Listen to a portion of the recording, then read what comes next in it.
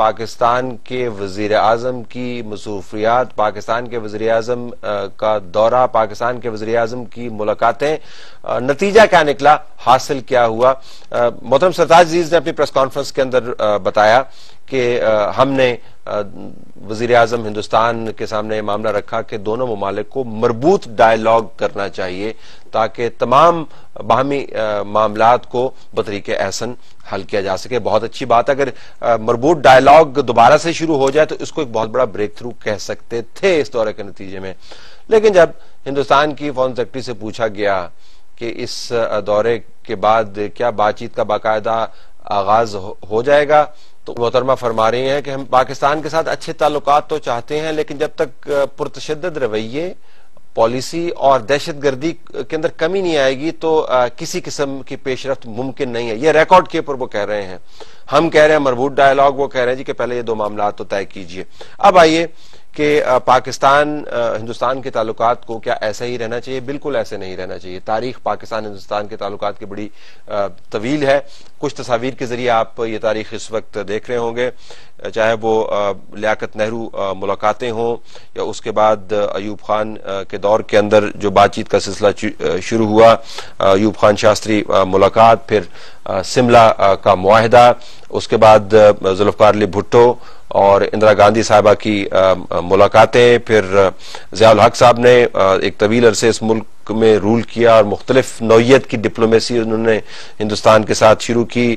Nuclear equation جو ہے وہ پاکستان ہندوستان کے درمیان اس وقت بننی شروع ہوگی، معاملات ذرا گمبھیر ہو گئے۔ پھر بینظیر بھٹو صاحبہ مرحومہ جب پاور میں آئے تو راجیو گاندھی نے پاکستان کا دورہ کیا، اور میں تذکرہ کرتا چلوں کہ اس وقت ایک بڑا سکینڈل اٹھا تھا کہ وزیر اعظم ہندوستان راجیو گاندھی پاکستان آئے اور محترمہ مرحومہ وزیر اعظم پاکستان بینظیر بھٹو صاحبہ نے کشمیر ہاؤس کے سامنے سے کشمیر کا بورڈ اٹھا دیا، اور اس کے اوپر جو لیدے ہوئے، اور لیدے کرنے والے کون تھے؟ موجودہ جماعت کے سرکردہ رکن تھے وزیر اعظم پاکستان جو اس وقت ہیں نواز شریف صاحب۔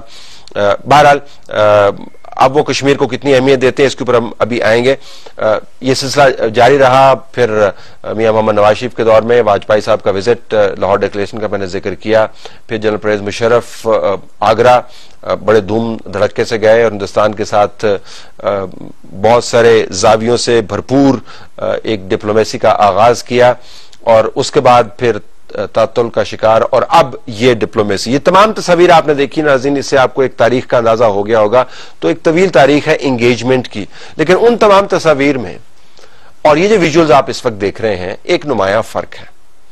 فرق یہ ہے کہ ان تمام تصاویر میں جو لوگ موجود تھے اور اس تصویر میں جو نمائندگان موجود ہیں، اس میں کسی کے ذہن میں شک نہیں تھا کہ آپ ریاست کے بزنس پر گئے ہوئے ہیں یا اپنے بزنس پر گئے ہوئے ہیں۔ بدقسمتی سے جو میں تحقیق کرتا ہوں تو وزیر اعظم پاکستان کے ذاتی بزنس کا جو زاویہ ہے وہ بار بار سٹوریز میں سے ادھر ادھر سے ابھر کر سامنے آ جاتا ہے۔ میں نے کوئی اس کے اوپر بہت بڑی تحقیق نہیں کی، مجھے اندازہ نہیں ہے کہ ان کا بزنس کا انٹرسٹ ہے نہیں ہے، کتنا ہے، والیوم کتنا ہے، لیکن جب آپ فیملی کے ممبران کو ساتھ لے کے جاتے ہیں اور ملاقاتیں آپ کی وہاں پر ایسے لوگوں سے ہوتی ہیں تو پھر یہ شک گہرا ہوتا چلا جاتا ہے۔ تو ان تصاویر میں اور ان ویژولز میں ایک فرق تو یہ ہے۔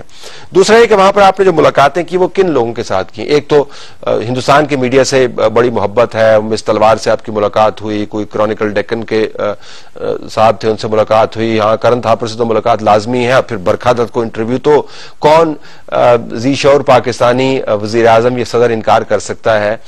ہاں پاکستانیوں کو جب انٹرویو دینے کی باری آتی ہے تو صحافیوں کو وہ بالکل اس طریقے سے دیکھتے ہیں کہ جس طرح یہ شاید مریخ سے آئے ہوئے ہیں۔ میرے خیال میں بہت منت ترلے کے بعد نسیم زہرا صاحبہ کو کوئی 5-6 منٹ انہوں نے عنایت کیے۔ دنیا بھر کے اندر جب بھی ریاست کے نمائندگان ملک سے باہر جاتے ہیں تو اپنے میڈیا کو بتا کر جاتے ہیں کہ وہ کیا کرنے جا رہے ہیں، اور وہاں پر پہلے بریفنگ کرتے ہیں۔ ہمارے یہاں پر نہ جانے کس قسم کا احساس کمتری ہے کہ اپنے میڈیا کو آپ بتانا ہی نہیں چاہتے کہ آپ نے کس قسم کی ملاقات کی۔ چلیں ہم نے مان لیا کہ ہندوستان کے میڈیا کے ذریعے آپ نے بات کر کے بڑا مارکا مارا، اور پاکستان کے میڈیا کو نہ بتا کر آپ نے بڑا مارکا مارا۔ پھر آپ نے ایکٹرز ایکٹریسز کم پبلک نمائندگان سے بات کی, کوئی شترو صاحب ہیں ان سے ملاقات کی, کوئی دھرمیندر صاحب ہیں ان سے ملاقات کی, شبانہ اعظمی صاحبہ سے ملاقات ہوئی, چلیں وہ بھی مان لیا. پھر شبانہ اعظمی صاحبہ کے ساتھ سٹیل کہ ایک بہت بڑے ٹائکون سے بھی ملاقات ہوئی جس کی تصاویر اور خبریں جو ہے وہ ہر طرف پھیلی ہوئی ہیں, ہندوستان کے اپنے میڈیا کے اندر بھی, ہمارے میڈیا نے بھی اس کو ٹیک اپ کیا. پھر اٹلی سے کوئی صاحب آئے تھے ملنے کے لیے, ہم نے یہ بھی خبریں کہیں پر دیکھی ہیں جن کے ساتھ آپ کی بات چیت چلتی رہی, رات کے کچھ پہر ان کے ساتھ بات چیت آپ نے کی, کس معاملے پر کی ہمیں اس کا علم نہیں ہے. پھر یہ بھی خبریں میں نے کہیں پہ دیکھی ہیں کہ جو سٹیل کے ٹائکون ہیں ہندوستان کے بڑے, ان کی 2 گاڑیاں شاید آفیشیل جو کاروان ہے اس کے ساتھ ساتھ یا اس کے آگے پیچھے گھومتی پھرتی رہیں. یہ وہ معاملات ہیں جس سے یہ شک گہرا ہوتا چلا جاتا ہے کہ ریاست کے بزنس کے ساتھ آپ اپنا کام بھی چلانا چاہتے ہیں. میں شک کی بات کر رہا ہوں, یقین کی بات نہیں کر رہا, اس کی وضاحت دینے کی ضرورت ہے. کون لوگ ہیں جن سے آپ کی ملاقات ہوئی؟ پھر زی ٹی وی کے سی ای او سے آپ کی ملاقات ہوتی ہے.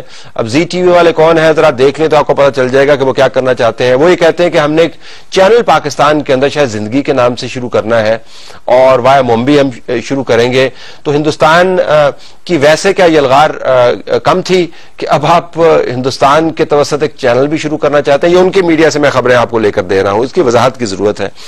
یہ جب تمام چیزیں سامنے آتی ہیں تو لگتا یوں ہے کہ باہمی تعلقات جو ہیں اس کے اندر ذاتی مفادات کا زاویہ کافی گہرا ہے. یہ وہ ایشوز ہیں جو اس ملاقات کو پچھلی تمام ملاقاتوں سے بالکل مختلف کیٹیگری کے اندر لا کھڑا کرتے ہیں.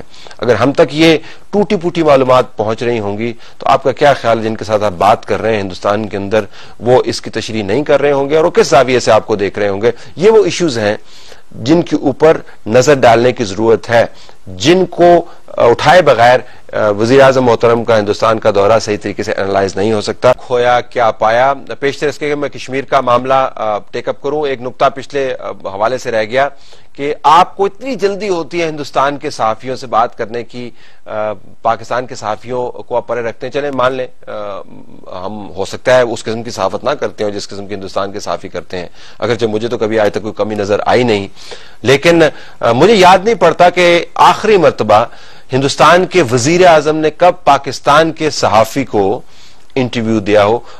وزیر اعظم کے جو آفس والے ہیں بڑے تگڑے ہیں, ان کی ریسرچ بہت اچھی ہوتی ہے, ان کے پاس بہت سارے ریسرچ اسسٹنٹس موجود ہیں جو دن بھر بیٹھ کے فیس بک کے اوپر اور ٹویٹر کے اوپر جو ہے وہ جنگیں لڑتے رہتے ہیں. ان سے اگر آپ تحقیق کروا لیں تو پتہ چل جائے گا کہ آخری مرتبہ ہندوستان کے وزیر اعظم یا صدر نے پاکستان کے صحافی کو کب انٹرویو دیا تھا.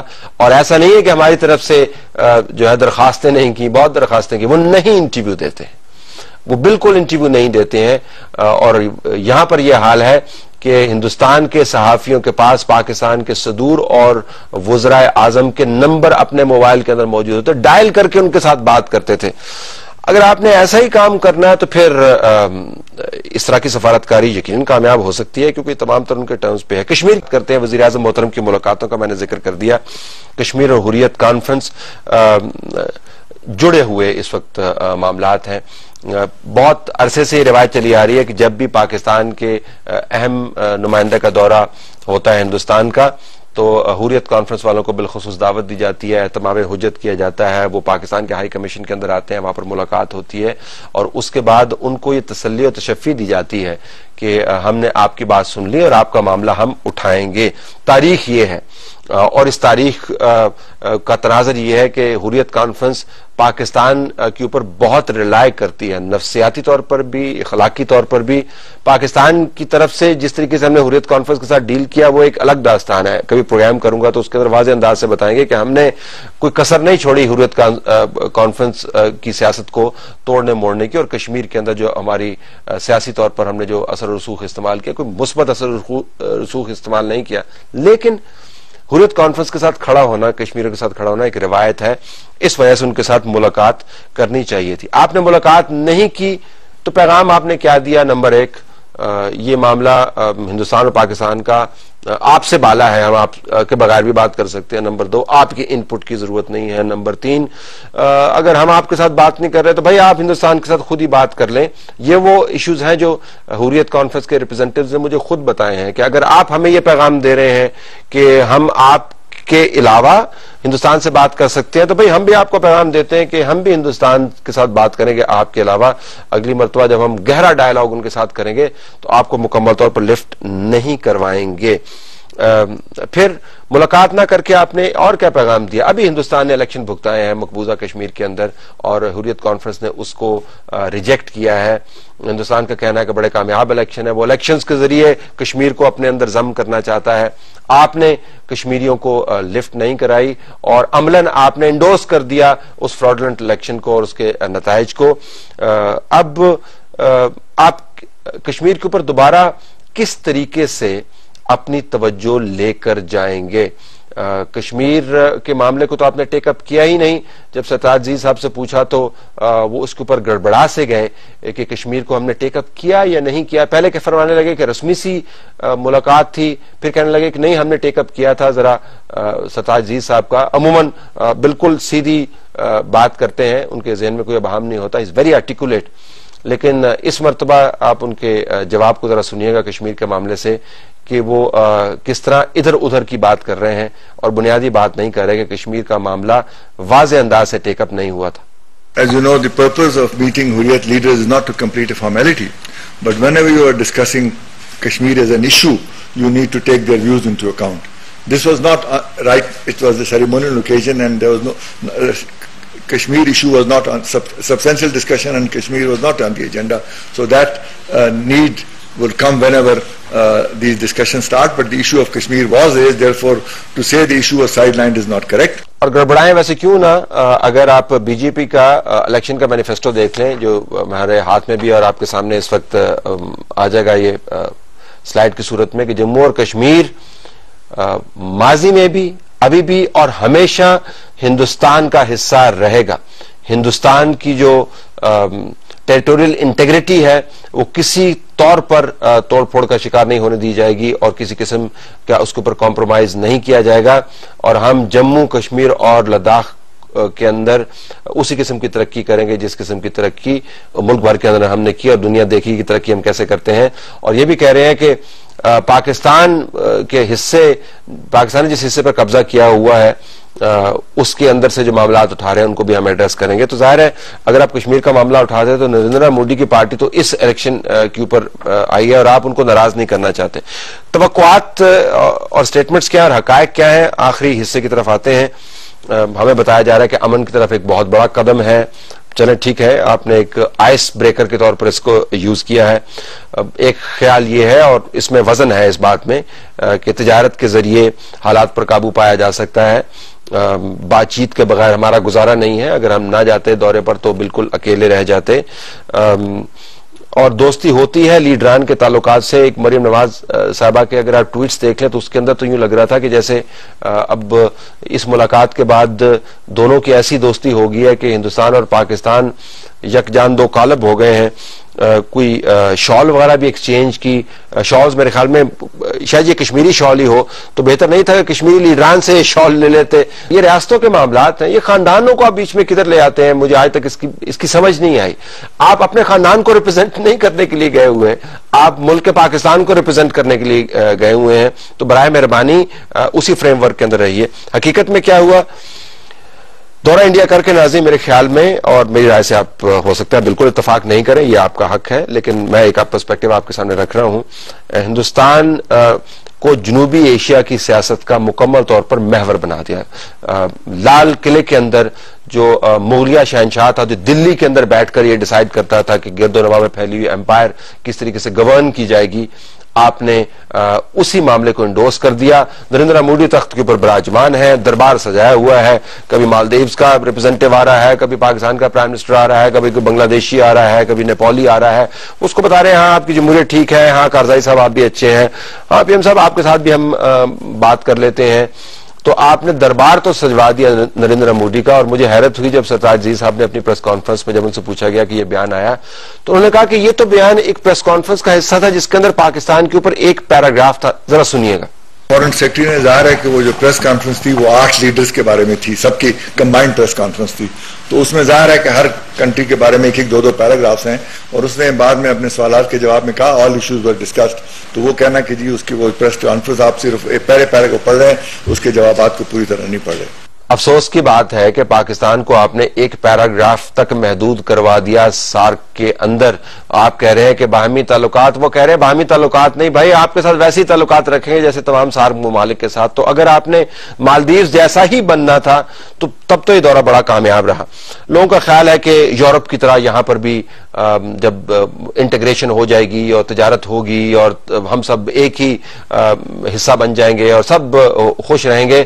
ابھی جو حالیہ یورپین یونین کے الیکشن ہوئے ہیں, کچھ پڑھنے لکھنے پر بھی توجہ اگر یہ تجزیہ نگار دیں تو پتہ چلے کہ جو پارٹیاں اس وقت تگڑی ہو رہی ہیں یورپ کے اندر, وہ پارٹیاں جو کہتی ہیں ہمیں یونین نہیں چاہیے, یہ اکٹھ کے ذریعے آپ نے ہمارا جو نیشنل تشخص ہے اس کو مسخ کر کے رکھ دیا ہے.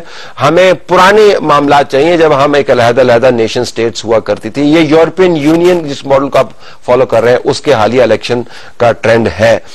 بنیادی بات ناظرین یہ ہے کہ اس دورے کے ذریعے آپ نے نریندر مودی کو کلی طور پر انڈورس کر دیا ہے, اور نریندر مودی تمام تر مینڈیٹ کے باوجود ایک انتہائی متنازع شخص ہے. گجرات کے اندر ان کا ریکارڈ ہے وہ ہمارے کہنے کی بات نہیں ہے. بہت سارے ہندوستان نواز ممالک, واشنگٹن انکلوڈیڈ, انہوں نے ان واقعات کے بنیاد پر نریندر مودی کے ٹریول کے اوپر پابندیاں لگائی رکھی ہیں. ان کو ویزا ایشو نہیں کرتے ہوتے تھے. یہ وہ شخص ہیں, آپ نے ان کو مکمل طور پر انڈورس کر دیا ہے. آپ نے یہ بھی تاثر دیا ہے کہ تمام نظام ایک طرف پاکستان کے اندر, اور آپ نے جو سوچ لیا وہ ایک طرف. کیا آپ نے ملکی اداروں کو ساتھ رکھا؟ کیا آپ نے پارلیمنٹ کے اندر ڈیبیٹ کی, میڈیا کے اندر ڈیبیٹ کی, ملٹری سے بات کی, انٹیلیجنس سے بات کی, اپوزیشن سے بات کی؟ کس کی منشا لے کر آپ ہندوستان گئے تھے؟ اپنی منشا لے کر گئے تھے یا بس منشا ہی لے کر گئے تھے وہاں پر؟ اور آخر میں ناظرین میں آپ کو بتاتا چلوں کہ تمام خارجہ پالیسی گھر سے شروع ہوتی. اگر آپ نے گھر کو درست نہیں کیا اور گھر کے اندر کنسنسس بلڈ نہیں کیا تو خارجہ پالیسی کا کوئی انیشیٹو کامیاب نہیں ہوگا.